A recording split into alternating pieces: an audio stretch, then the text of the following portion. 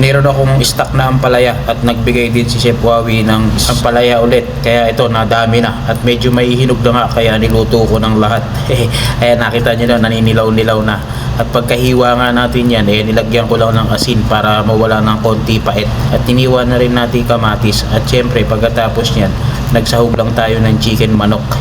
Habang ginigisa yan, nagilaga na natin dun sa kabila yung ating ampalaya. Kumbaga, ibabalance lang natin para mawala lang yung konting pait niya. Kumbaga, half cook lang mga bossing. Mga 2 minutes lang natin pakuluan, ox na yun mga bossing. At eto nga, ginisa na natin yung ating chicken manok na may kamatis. At naglagay tayo ng tomato sauce at tomato ketchup. At saka nilagay natin salt, pepper at konting sugar.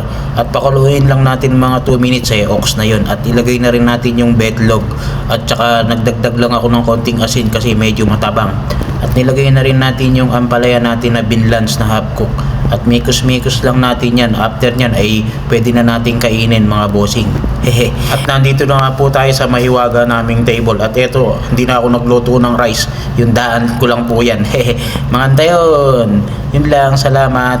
Thanks for watching. Love you all. Muhammad. Chup chup. See you my next vlog. Alright.